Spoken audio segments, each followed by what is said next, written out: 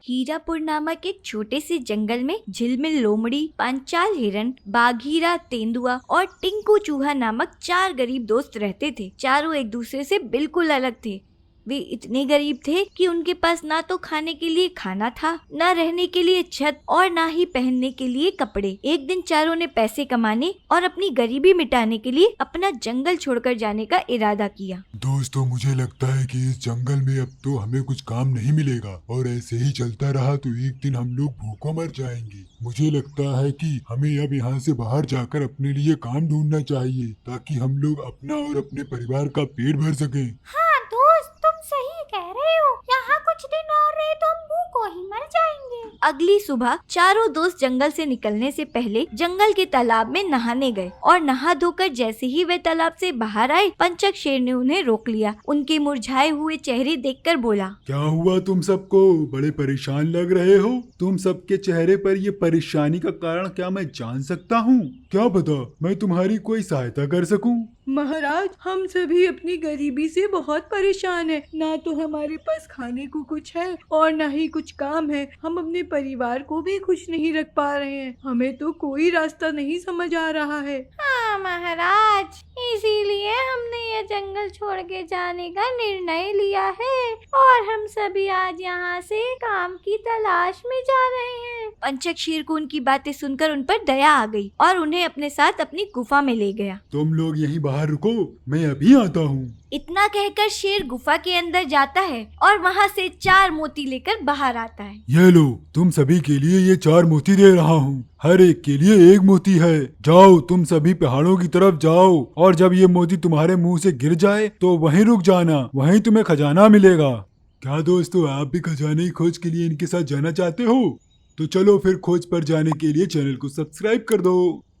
धन की खोज में चारों दोस्त पहाड़ों की ओर चल दिए। दिन रात चलने के बाद जब वे पहाड़ की 1/4 दूरी ही तय कर पाए थे कि टिंकू चूहे के मुंह से मोती गिर गया। अरे रुको दोस्त, मेरा मोती गिर गया है। लगता है खजाना यहीं पर है। सभी दोस्त वहाँ पर रुक गए और बड़ी ही उत्साह से वहाँ पर खुदाई करने लगे। खुदाई करने पर उन्हें वहाँ तांबा मिला। टिंकू चूहा बड़ा ही खुश हुआ। अरे वाह, मैं इससे तांबे के बर्तन और आदि सामान बनाकर जंगल में बेच सकता हूँ। इससे हमारा काम चल जाएगा और हम लोग भूखे भी नहीं रहेंगे। मुझे लगता है हमें अब वापस चलना चाहिए। नहीं दोस्त, मुझे लगता है कि हमें सोने की खोज करनी चाहिए। क्या पता हमें आगे सोना मिल जाए और हम अमीर हो जाएं। हाँ, बात तो सही है। कोशिश करने में क्या ही हर्ज है। चलो चलते हैं। टिंकू चूहे ने वापस जाने का मन बना लिया था, इसीलिए वह वापस चला गया और झिलमिल लोमड़ी की बातें सुनकर सभी आगे बढ़े। कुछ दिनों तक चलने के बाद पांचाल हिरन के मुंह से भी मोती गिर गया।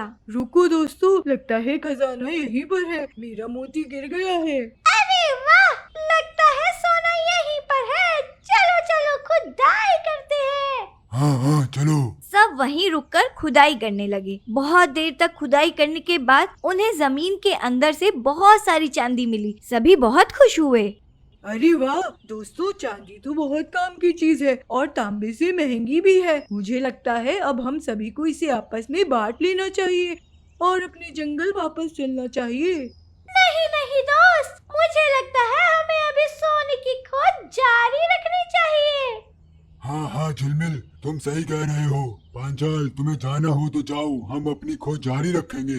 अब पंचाल भी उनकी टोली से अलग हो गया और वहीं से चांदी लेकर खुशी खुशी अपने घर वापस चला गया। बाकी के बचे दोनों दोस्तों ने आगे चलने का निश्चय किया और वे दोनों सोने की खोज में फिर से चल दिए। फिर से बहुत दिन रात ऊबड़ खाबड़ रास्तों पर सफर करने के बाद बाघीरा तेंदुए के मुंह से मोती फिसल गया और दोनों दोस्त बड़ी खुशी और उत्साह से वहीं रुककर खुदाई करने लगे। दोनों ने मिलकर वहां पर बड़ी देर तक खुदाई की और उनकी मेहनत के बाद उन्हें वहां चमचमाता हुआ ढेर सारा सोना दिखा। दोनों की आंखों में सोना मिलने की चमक थी। दोस्त, आखिरकार हमने सोना ढूंढ ही निकाला। हम जिसकी खोज कर रहे थे वो हमें मिल ही गया। अब तो हमारी सारी परेशानियां हल हो जाएंगी और हम खुशी से अपने जंगल में रह पाएंगे। चलो हम लोग ये आपस में बांट लेते हैं और यहाँ से वापस अपने घर चलते हैं। सोचो दोस्त, हर बार हमें आगे बढ़ने पर पहले से अच्छा फल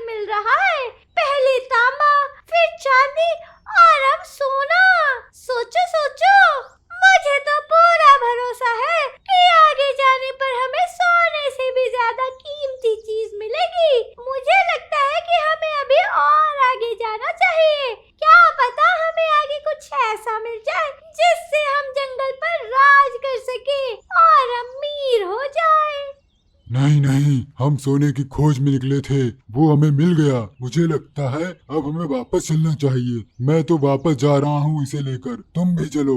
नहीं, तुम्हें जाना है तो जाओ, मैं भी और आगे जाऊंगा। इतना कहकर झिलमिल लोमड़ी वहाँ से अकेले आगे चल दी और बाघीरा तेंदुआ खुशी से सोना लेकर वापस चला गया। अब लोमड़ी अकेले वहाँ से दिन रात चलने लगी और कई दिनों तक सफर करने के बाद एक ऐसी जगह पर पहुंची जहाँ पहले से एक दूसरी लोमड़ी एक बड़े बरगद के पेड़ की टहनियों से लिपटी हुई खड़ी थी। हाँ, तुम कौन हो और तुम्हें इस पेड़ की टहनियों से किसने लपेटा है? जैसे ही झिलमिल लोमड़ी ने ये पूछा, वैसे ही बरगद के पेड़ ने उस दूसरी लोमड़ी को आजाद करके झिलमिल लोमड़ी को अपनी टहनियों से जकड़कर कैद कर लिया। टहनियों से जकड़े होने की वजह से झिलमिल लोमड़ी को बहुत तकलीफ होने लगी और वह डर गई। उसने घबराते हुए कहा, कृपया मेरी मदद करो, मुझे बहुत तकलीफ हो रही है, मुझे यहाँ से बाहर निकालो, मुझे डर लग रहा है। इससे तुम्हें कोई भी दूसरा आजाद नहीं करा सकता है।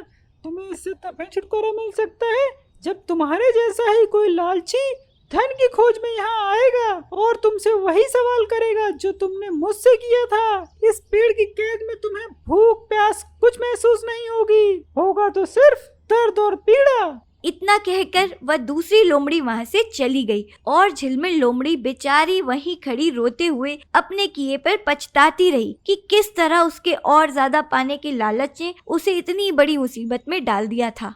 मोरल: लालच बुरी बला है।